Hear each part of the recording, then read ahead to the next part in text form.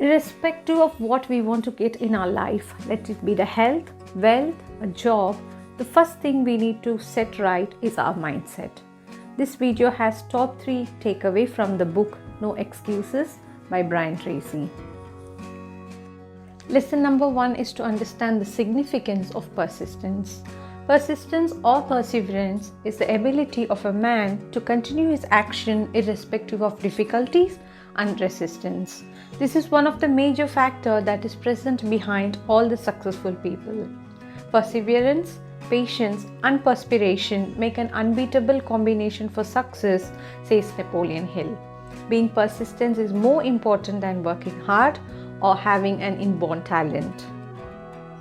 Let's take an example of Mr. X and Mr. Y who wants to lose 10 kg. Mr. X went to a gym for a week and worked out hard for 5 hours a day. He got fed up of the tiresome job and dropped the idea. Mr. Y worked out for every day, even if he was not able to do it, or even if he did it for only half an hour a day on the busy days. It is apparent who would get the results after 2 or 3 months. So persistence cannot be replaced by hard work.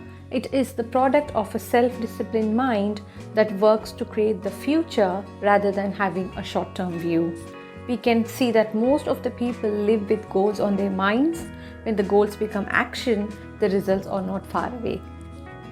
Lesson number 2 is to identify your key to happiness. We need to take a careful look at this sentence where we are talking about your key to happiness. It means to find out what is happiness associated with in your own terms. For example, we take about monthly income. For some, it could be $4,000, and for some, it could be $10,000. Or when it comes to a house, for some, it could be an apartment, and for others, it could be a mansion. It's just the way that each one is basically believing where their happiness is. What happens with many people is that they are stuck in a conflict between these choices that they have.